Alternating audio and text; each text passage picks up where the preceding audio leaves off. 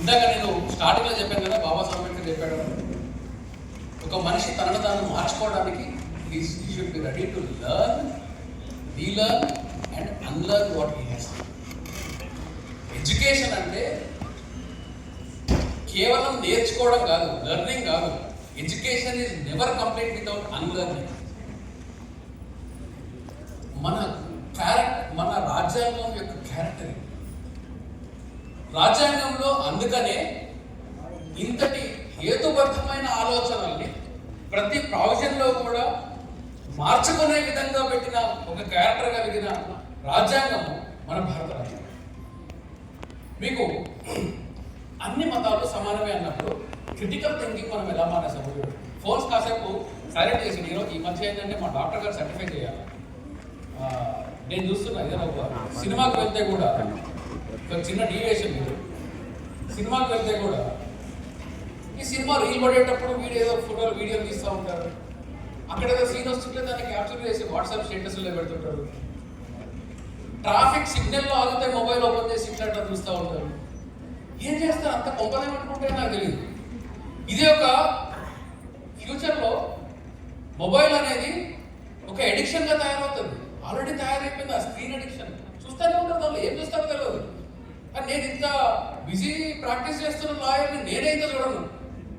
ఏమంతా కుక్కలాడుకునే ఉంటాయి, రీల్స్ చూస్తూ ఉంటారు, సగం టైం మొత్తం దానిలో పోతుంది, చదువుకోరు. కాబట్టి ఆ మొబైల్స్ కాసేపు పక్కన పెట్టండి. ఆ మొబైల్ వదిలేస్తే ఇక్కడ 4 విషయాలు నాకు తోచిన విషయాలు నేను చెప్తాను. వీలుంటే నేర్చుకోండి అంటే వీలుంటే దాన్ని తెలుసుకొని తర్వాత మీకు ఏదైనా ఉపయోగపడుతుంది, దాన్ని ఇంప్లిమెంట్ చేసుకోండి. అయితే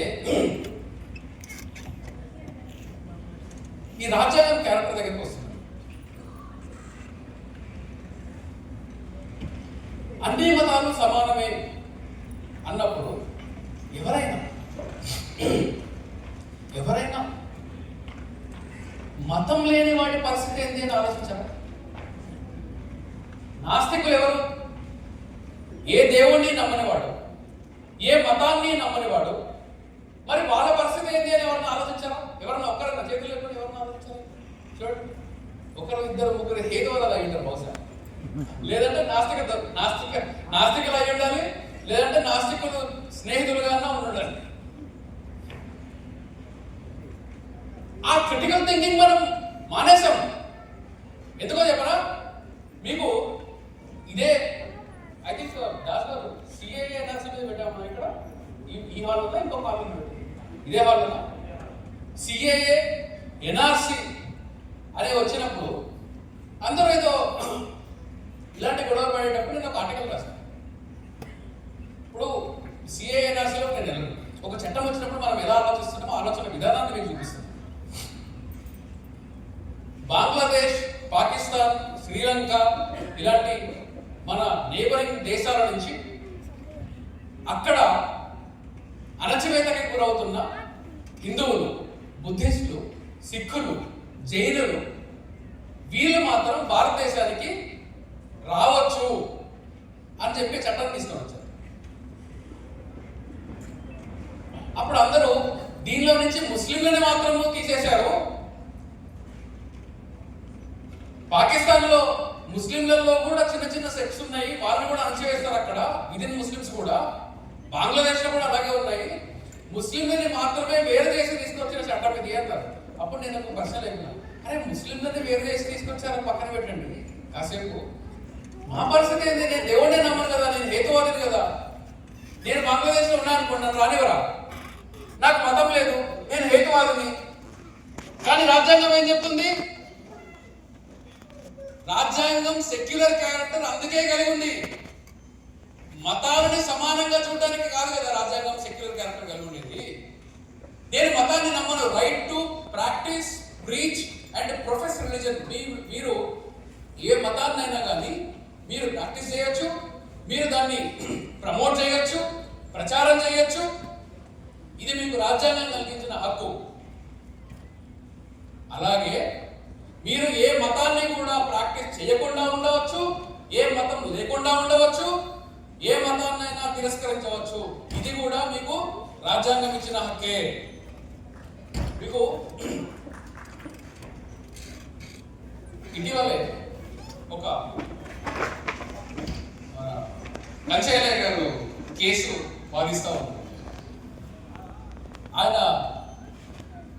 ఉండేవాడు ఊరుకో ఉండకుండా చిలిపి వ్యక్తి. సామాజిక స్మగ్లర్లు కోవటంలో అనే పుస్తకం రాశాడు. ఇది ఈయన 2009లోనో 10లోనో కాస్ట్ ఇన్ హిందూ అనే పుస్తకం రాసి దానిలో నుంచి పాపం ఒక బుక్లెట్ తీసి ఎవరో రాస్తారు దాన్ని, ఈయన ఇచ్చిన టైటిల్ కూడా కాదు పాపం.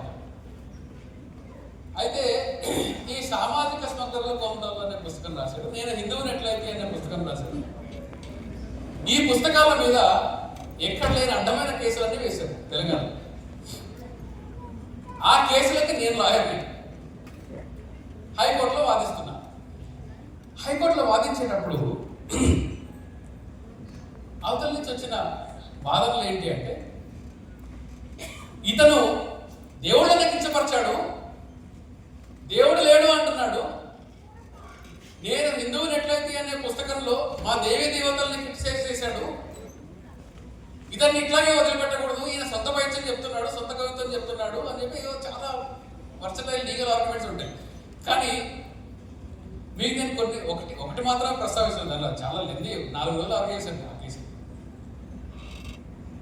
అయితే వాళ్ళు అన్నప్పుడు మా మనోభావాలు దెబ్బతిన్నాయి అన్నారు. నేను ఒక వ్యాసం రాశాను, ఆర్ మేబీ రేడియో షోలో చెప్పినట్టున్నాను కదా, మనోభావాలు దెబ్బతీసుకోవడం ఎలా, మనోభావాలు దెబ్బతీసుకోవడం ఎలా అని ఒక ఆర్టికల్ కూడా ఉంటుంది, ఒక రేడియో టాక్ షో కూడా ఉంటుంది. భారతదేశంలో ఎవరి మనోభావాలు వాడు దెబ్బతీసుకోవడం పిహెచ్డీలు చేస్తున్నాం. ఊరికే మనోభావాలు దెబ్బతీసు. అయితే నాకుండే ఆ రోజు ఒక ప్రివిలేజ్ ఏంటి అంటే, కేసు వాదించే నేను హేతువాది, నేను దేవుడిని నమ్మను. ఈ కేసుని ఆపోజిట్ లో వాదించే ఈ 4 లాయర్లు కూడా వీళ్ళందరూ అసలు ఇక్కడ లేని దేశభక్తులు. అంటే ఈ మధ్య దేశభక్తి దైవభక్తి 2 ఇంటర్చేంజబుల్ వర్డ్స్ తప్ప చెప్తున్నారు.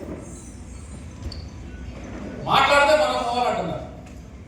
నాకు ఆ రోజు ఉండే ప్రివిలేజ్ ఏంటి అంటే, అక్కడ కూర్చొని ఈ కేసుని డిసైడ్ చేయడానికి కూర్చున్న జడ్జి గారు ఆవిడ హేతువాది.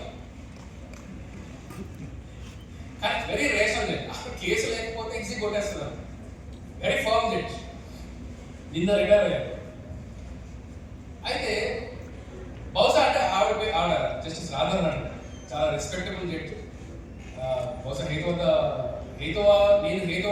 జడ్జి స్థానంలో, హైకోర్టు జడ్జి స్థానంలో ఉండి కూడా ఎవరన్నా పూజకి పిలిస్తే నేను దీన్ని నమ్మనండి, నేను రాను, మీరు చేసుకోండి అని చెప్పిన బహుశా ఏకైక జడ్జి ఆవిడ రాధారాణి. అది ఒక కాన్స్టిట్యూషనల్ క్యారెక్టర్ అంటారు. కాన్స్టిట్యూషనల్ క్యారెక్టర్ అది, పర్సనల్ ఇది కాదు. సో అలాంటి జడ్జి గారు నాకు ఆ రోజు దొరకడము, ఆ రోజు నా ప్రివిలేజ్ అది. సో నేను అన్నా, ఇప్పుడు రాజ్యాంగం మీకు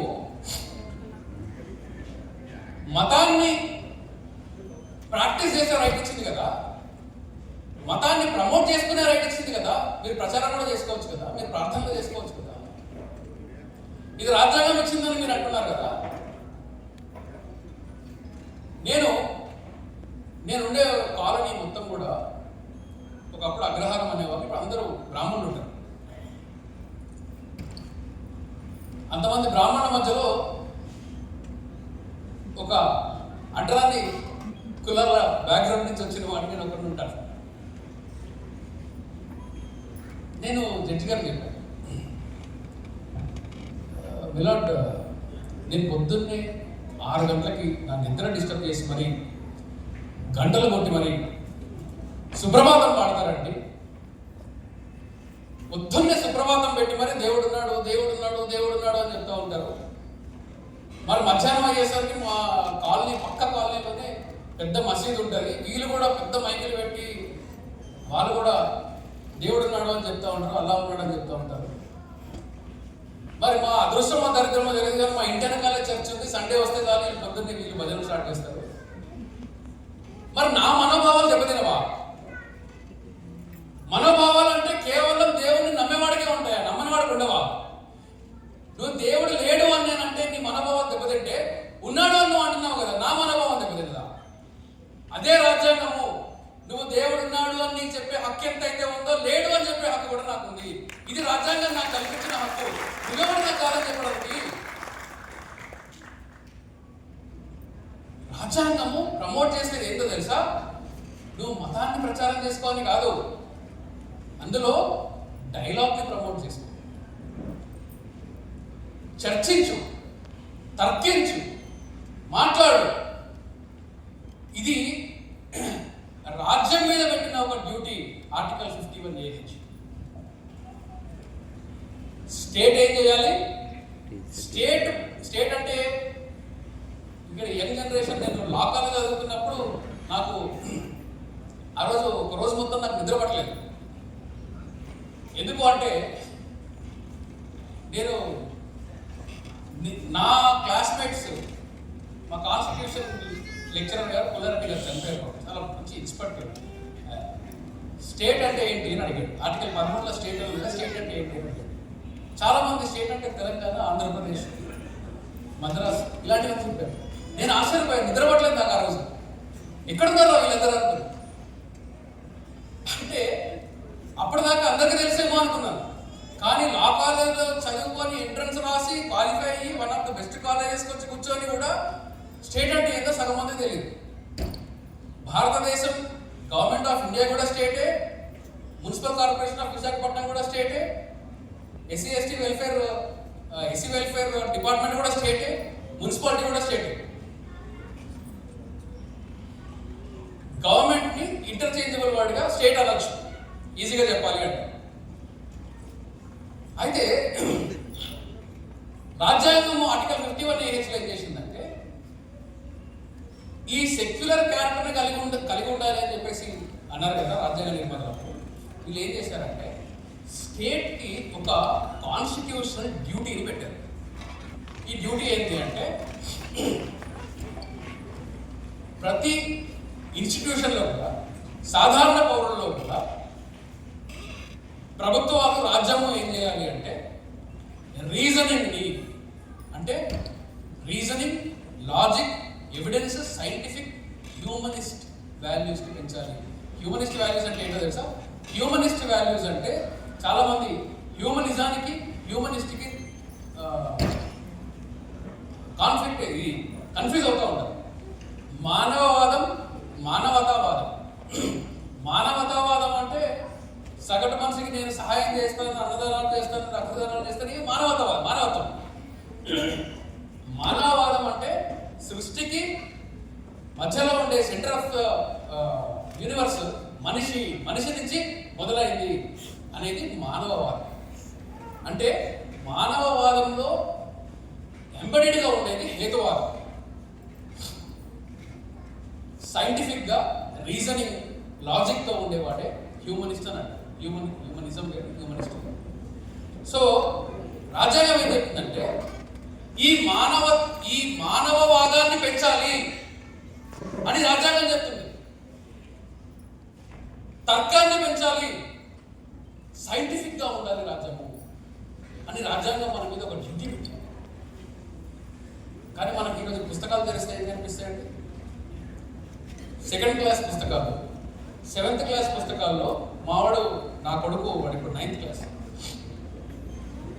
CBSE 7th class 8th class book చదివినప్పుడు వీడికి ఆ బుక్ తీసుకొని చూస్తే నేను ఆశ్చర్యపోయాను. 7th క్లాస్ అనుకుంటా, లాస్ట్ ఇయర్ అంతకు ముందు ఇయర్. ఆ పుస్తకంలో ప్రతి ఒక్క నాయకుడు గాంధీ గారు బనియా ఇట్లాగే రాస్తుంది. A for apple, B for ball, C for cat చదువుకుంటాం కదా. అట్లా హిందీలో ధ ఫర్ ధోబి, మ ఫర్ మోచి కులాల పేర్లు ఉన్నాయి సిబిఎస్ఈ సిలబస్ లో. మాతో నీకు వేరే పదమే లేదా? మాతో మాతా లేదా? కానీ ఏం పెట్టాడు? మోచి. ఇది కులం. పుస్తకాల్లో చెప్తున్నారు.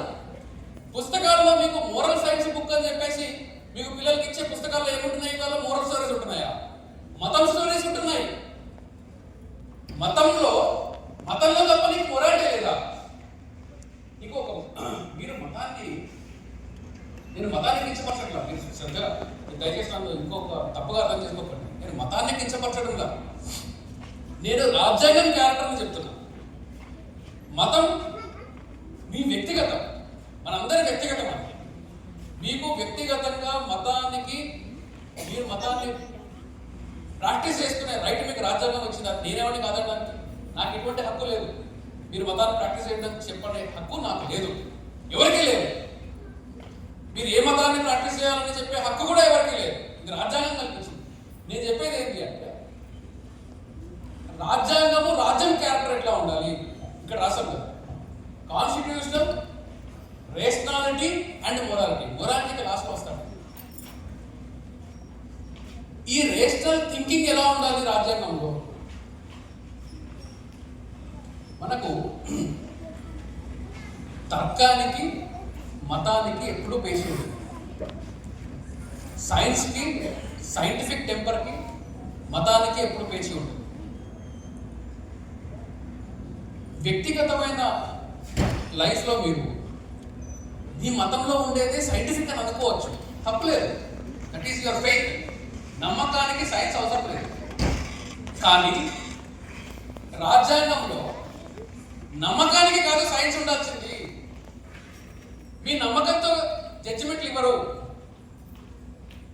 ఎందుకో చెప్తా, ఈజీగా చెప్తా.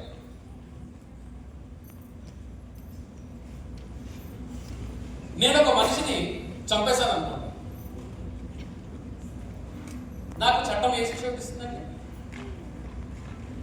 సాధారణంగా శిక్ష వేస్తుందా వేదా? యావజ్జీవ 302 చాలా లీగల్ మార్పులు ఇక్కడ. యావజ్జీవం వేయచ్చు, ఉరి వేయచ్చు, ఏదో శిక్ష వేయచ్చు. నేను ఒక దొంగతనం చేశాను అనుకోండి, దానికి కూడా ఒక 7 years జైలు శిక్ష ఏదో ఉంది. 420 చీటింగ్ చేశాను అనుకోండి, దానికి ఏదో శిక్షలు ఉన్నాయి. కానీ నేను ఒక హిందువునైతే, నేను హిందువుని, నువ్వు నన్ను శిక్షించడానికి వీల్లేదు. నేను ఇప్పుడు చేసిన తప్పులకి నేను చచ్చిపోయిన తర్వాత నరకంలో నన్ను ఆయిల్లో వేయిస్తారు కాబట్టి నువ్వు ఇక్కడ నన్ను శిక్షించడానికి వీల్లేదు అని అంటావా? అది నేను చెప్పాను కదా, సైంటిఫిక్ టెంపర్ అని. మరి ఇది సైంటిఫికా, మతమా? అంతే కదా. మనిషి జీవనం తర్వాత నీకు మతం ఉండొచ్చు, ఉండకపోవచ్చు. దానికోసం నేను ఇవాళ నిన్ను శిక్షించను అని చెప్పదు రాజ్యాంగం. అక్కడ మీకు రాజ్యాంగము, చట్టము వస్తుంది.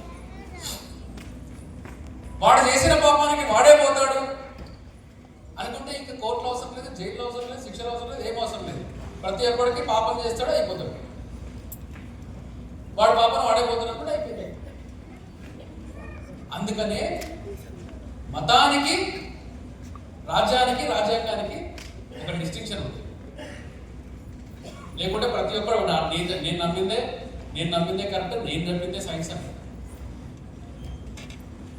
పోతే, ఇప్పుడు మనం మొరాలిటీ ఉంది. ఈ మొరాలిటీ అంటే ఏంటి? నైతికత, రాజ్యాంగ నైతికత. రాజ్యాంగ నైతికత, నైతికత అంటే ఏంటి?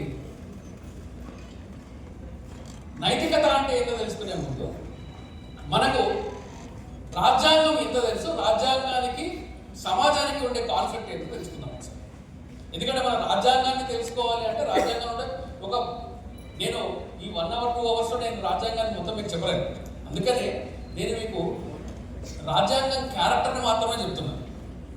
ఎందుకంటే మీరు రాజ్యాంగం పట్టుకొని చదివారనుకోండి, 14, 15, 16, 19 ఓన్లీ ఫండమెంటల్ రైట్స్ చదువుకున్నా కానీ మీకు మొత్తం రాజ్యాంగం అర్థమైపోతుంది. నేను మీకు మళ్ళా బల్లగొద్దు చెప్తా. రాజ్యాంగంలో మీరు కేవలం ఒక ఆర్టికల్ని చదివి, రోజు లేచి 30 రోజుల పాటు చదివి, ఒకే ఆర్టికల్, ఒక సింగిల్ ఆర్టికల్ చదివితే మీకు రాజ్యాంగం క్యారెక్టర్ అర్థం కావడమే కాకుండా మీ ముందు ఎటువంటి లీగల్గా ఎటువంటి ఇష్యూ వచ్చినా కానీ మీకు దానికి ఒక లీగల్ రెమెడీ తెలిసిపోతుంది. అదే ఆర్టికల్ 13, ఆర్టికల్ 1(3)(13). ఎందుకు అంటే మీరు 13ని గుర్తుపెట్టుకోండి, లేదంటే ఒకసారి మొబైల్ యూజ్ చేసుకొని రాసుకోండి. ఆర్టికల్ 13 ఏం చెప్తుంది అంటే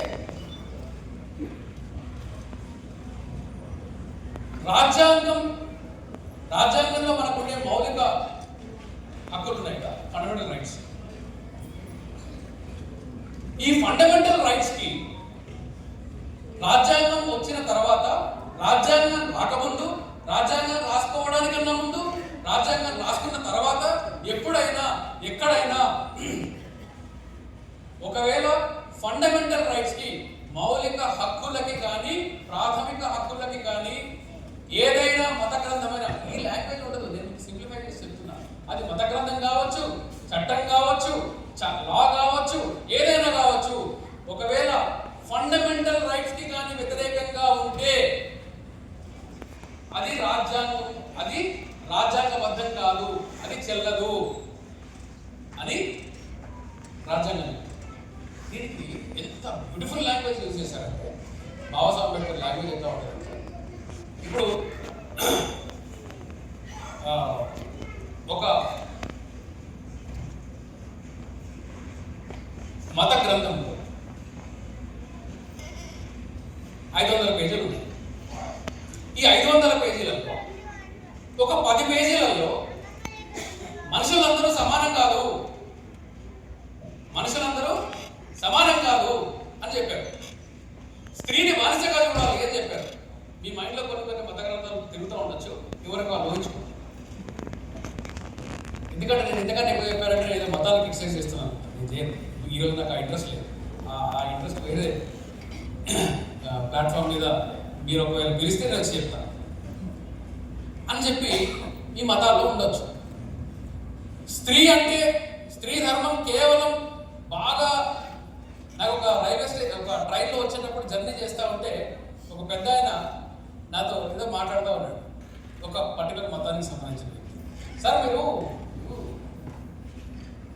తయారవుతారు, ఏం చేస్తారు సార్ అని నేను అడిగాను.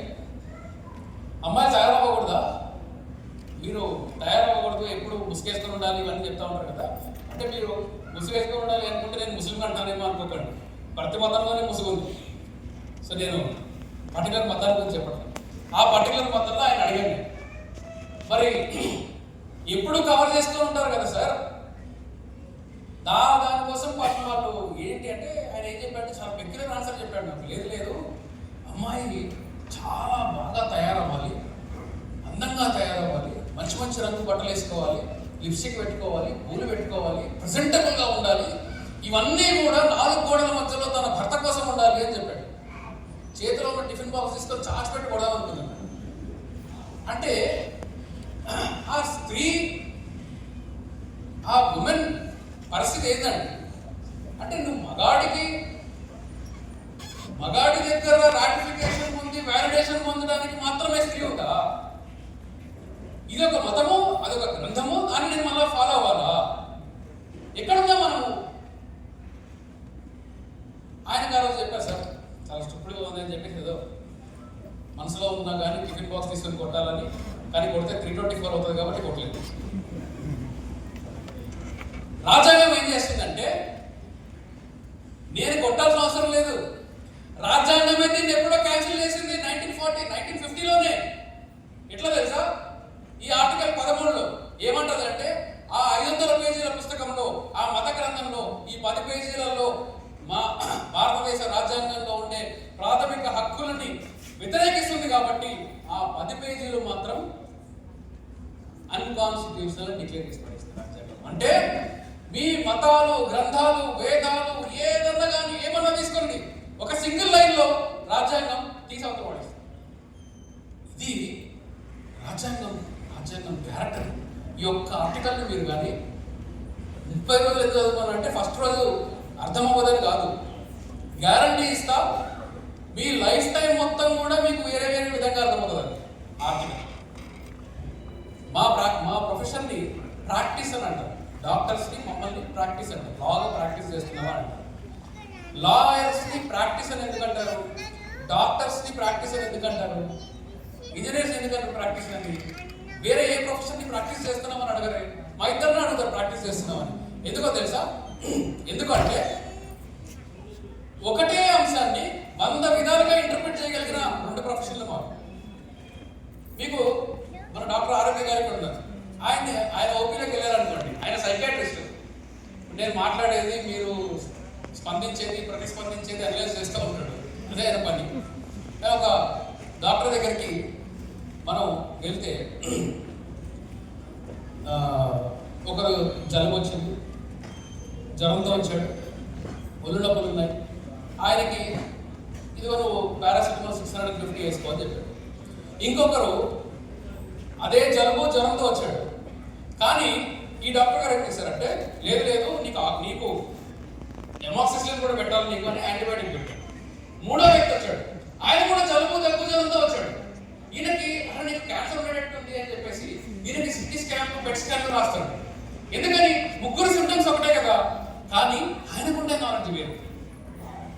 ఈయన నాలెడ్జ్ ఎక్స్పర్టీస్తో ఈ డయాగ్నోసిస్ ఏంది, ఈ మధ్య జ్వరం వచ్చింది కదా అని చెప్తే డోలో 650 వేసుకో అని చెప్పిన ప్రతి వాడు డాక్టర్ కాదు. దాని సైడ్ ఎఫెక్ట్ వస్తే ఏం చేయాలి, అది తెలియాలి కదా, వాడిని డాక్టర్ అంటారు, అది వేరే ఇది. అయితే మా ప్రొఫెషన్లో కూడా ఏంటి అంటే ఒక మనిషి ఇంకొక మనిషిని చంపేస్తే ఇది మర్డర్ కాదు, చట్టంలో అది మర్డర్ కాదు.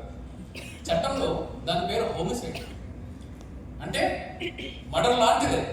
ఇది మర్డర్ కాదని నేను తెలుస్తాను. ఒక మనిషి ఇంకొక మనిషిని చంపేస్తే హోమిసైడ్. మేము వెళ్ళి ఏ మార్గం చేస్తాము, కత్తి తీసుకున్నాడు పొడి చేశాడు, ఇది ఫ్యాక్ట్. ఇప్పుడు మా పని ఏంటంటే కత్తి తీసుకొని సడన్ గా కత్తి ఇంట్లో నుంచి పాకెట్లో పెట్టుకొని తీసుకొని వచ్చి పొడిస్తే అది ప్రీ ప్లాన్డ్ మర్డర్. వీడిని అటాక్ చేసినప్పుడు పక్కనే ఉండే కత్తి తీసుకొని పొడి చేస్తే ఇది సెల్ఫ్ డిఫెన్స్. లేదు వాడి పొట్టలో ఆల్రెడీ కత్తి ఇరుక్కుపోయింది తీసి ఇంకో పక్కన పొడిచాడు అనుకుంటే అది సడన్ అవుట్రైజ్. ఇట్లా ఈ ఒక్క కత్తి పొడవడాన్ని 100 రకాలుగా మేము దాన్ని ఇంటర్ప్రిట్ చేయగలిగాం కాబట్టి మేము ప్రాక్టీస్ అంటున్నాం. అట్లా ఆ ఒక్క లైన్ని రాజ్యాంగాన్ని మీరు రోజు పొద్దున్నే చదివినా కానీ ఈ ఒక్క ఆర్టికల్ 13, 32, 226 ఈ 3 ప్రావిజన్స్ లేదా ఆర్టికల్ 13 ఒక్కటి చదివినా కానీ మీకు జీవితాంతం అది వేరే వేరే విధంగా అర్థమవుతూ ఉంటుంది. అలా అర్థం చేసుకునే క్రమం అది అలా కంటిన్యూస్గా మిమ్మల్ని మీరు రిఫైన్ చేసుకునే పద్ధతిని సైంటిఫిక్ అంటారు. ఎందుకంటే సైన్స్కి అంతం అనేది ఉండదు, కన్క్లూజన్ అనేది ఉండదు. కన్క్లూజన్ ఉన్నది సైన్స్ కాదు, కన్క్లూజన్ ఉన్నది మతం. కన్క్లూజన్ లేనిది ఎప్పటికప్పుడు తనని తాను మార్చుకుంటూ రిఫార్మ్ చేసుకుంటూ ఎవిడెన్స్ బేస్గా తర్కించి తనని తాను స్వభావాన్ని మార్చుకునేది దాన్ని సైన్స్ అంటారు. అందుకనే రాజ్యాంగం మనకు ప్రతి ఒక్క ఆర్టికల్ మీకు చట్టం ముందు అందరూ సమానం. ఇటువంటి ఎంత బ్యూటిఫుల్గా ఉంటుందో. నేను మొరాలిటీకి వచ్చే ముందు ఈ ఒక్క అంశం చెప్పి నేను ముగిస్తాను, తర్వాత కాన్స్టిట్యూషన్ మొరాలిటీ అంటే ఏదో చెప్పి కన్క్లూడ్ చేస్తాను. చట్టం ముందు అందరూ సమానం. ఇప్పుడు మీకు ఒక హైపోథెటికల్ సిచ్యువేషన్ ఇస్తాను. చట్టం ముందు అందరూ సమానమే కదా. అందరూ అంటే ఎవరు? ఆడవాళ్ళు, మగవాళ్ళు, ట్రాన్స్జెండర్స్, ఇంకా సార్ చిన్నపిల్లలు, వృద్ధులు, ఈ క్యారెక్టర్స్ ఇవన్నీ ఉన్నాయి కదా. ఏజ్, జెండర్, సో ఈ ఈక్వాలిటీలో వీళ్ళందరూ వస్తారు. అంటే ఈ వయసుకి 18 ఏళ్ళ కన్నా కింద ఉండేవాళ్ళు, 18 పైన పడ్డ వాళ్ళు, అందులో స్త్రీలు, పురుషులు, third genders, transgenders, queer, LGBT community, plus Q community, వృద్ధులు, వితంతువులు, ఎంతోమంది ఉంటారు. ఇప్పుడు 16 ఏళ్ళ పిల్లవాడికి 20 ఏళ్ళ పిల్లవాడికి ఒకటే ఈక్వాలిటీ ఉండాలి, ఇద్దరు ఓటు వేయాలి అనడం సమానత్వమా? అందరూ సమానం అన్నప్పుడు ఇద్దరికి ఓటు హక్కు ఉండాలి కదా, ఉంటుందా? ఇంకొక హైపోథెటికల్ క్వశ్చన్ అడుగుతాను నేను. వస్తా ఆ పిల్లవాడికి పెద్దవాడికి మధ్యలో తేడా ఎంత వస్తా, దానికి అంబేద్కర్ ఎలా కారణం కూడా చెప్తాం. ఒక ఆర్మీ క్యాంప్లో ఇప్పటికీ కూడా పురుషుల్ని మాత్రము కొండల మధ్యలో, పర్టికులర్గా మీకు నార్త్ ఈస్ట్ సైడ్కి వెళ్తే, కాశ్మీర్ రీజన్కి వెళ్తే కొండల మధ్యలో ట్రెక్కింగ్ చేసుకుంటూ 2 రోజులు 3 రోజులు ట్రెక్కింగ్ చేసుకుంటూ వెళ్ళి అక్కడ ఒక 4 రోజుల డ్యూటీ చేసి మళ్ళీ వెనక్కి వచ్చే ఒక సిచ్యువేషన్ ఉంటుంది. దీనికి కేవలం మగవాళ్ళని మాత్రమే డ్యూటీ వేస్తారు, ఆడవాళ్ళకి డ్యూటీ వేయరు. ఇప్పుడు మగవాళ్ళందరూ వచ్చి అదేంటది చట్టం ముందు అందరూ సమానమే కదా, మరి ఆడవాళ్ళకి ఎందుకు డ్యూటీ వేయరు అని అడగొచ్చా? అడగాలి. రాజ్యాంగం అడగనే చెప్తుంది మిమ్మల్ని. కానీ రాజ్యాంగంలో దానికి ఒక్క లైన్తో, ఒక పదంతో ఆన్సర్ చెప్పారు. మీరు ఎప్పుడన్నా సరదాగా కాన్స్టిట్యూషన్ తీసుకొని ఆర్టికల్ 14, 15 చదవండి. అదే అంటే ఇంగ్లీష్లో చదవండి, తెలుగులో చదవండి. అంటే తెలుగులో చదివితే అది దానిలో పర్యాయ పదాలు కాదు, నానార్థాలు, విపరీతార్థాలు ఇలాంటివి దొరుకుతాయి. కాబట్టి తెలుగులో చదవండి. వీలైతే ఇంగ్లీష్లో చదవండి, తెలుగులో అయితే అథెంటిక్ కాపీస్ చదవండి. రాజ్యాంగమే ఆన్సర్ చెప్తుంది. ఏమంటుందంటే కేవలం జెండర్ ఆధారంగా, కేవలం కాస్ట్ ఆధారంగా, కేవలం ప్లేస్ ఆఫ్ బర్త్ ఆధారంగా ఎవరిని కూడా డిస్క్రిమినేట్ చేయకూడదు అంటారు. ఈ కేవలం అనే పదం ఎందుకు పెట్టారు ఇంగ్లీష్లో? Only on the basis of cost, and discrimination is prohibited only on the basis of cost, place of birth and gender. ఈ ఓన్లీ అనే పదం లేకపోతే, ఇందాక నేను చెప్పాను చూడండి, ఉమెన్ కి ఒక 30 days అక్కడ వెళ్ళి రావాలి అంటే తన మెన్స్ట్రువల్ సైకిల్ రావచ్చు, తనకి ఫిజికల్ గా ఇక్కడి నుంచి అక్కడికి వెళ్ళి ట్రెక్కింగ్ చేసి వచ్చే లోపల తను ఫిజికల్ గా వీక్ అయిపోవచ్చు. అలాంటి పరిస్థితులలో ఒక స్త్రీని పెట్టే హక్కు రాజ్యాంగం ఇవ్వట్లే. ఆర్టికల్ 21 సమానత్వము, స్వేచ్ఛ అండ్ రైట్ టు లైఫ్, ప్రతి ఒక్క ప్రావిజన్కి కూడా, ప్రతి ఒక్క హక్కుకి కూడా ఇంటర్లింక్ ఉంటుంది. సో మన రాజ్యాంగం చెప్పే సమానత్వం ఏంటి అంటే, మూర్ఖంగా స్త్రీలు పురుషులు ఇద్దరు సమానమే కాబట్టి అందరికీ సమాన హక్కులు ఉండాలి అంటాం కాదు. మన రాజ్యాంగం స్పిరిట్ అది కాదు. మన రాజ్యాంగం spirit positive equality spirit, negative equality spirit. Negative equality, positive equality చాలా పెద్ద కాన్సెప్ట్. నేను లీగల్ క్లాస్లోకి వెళ్ళను. అయితే మన రాజ్యాంగం ముందుండే మన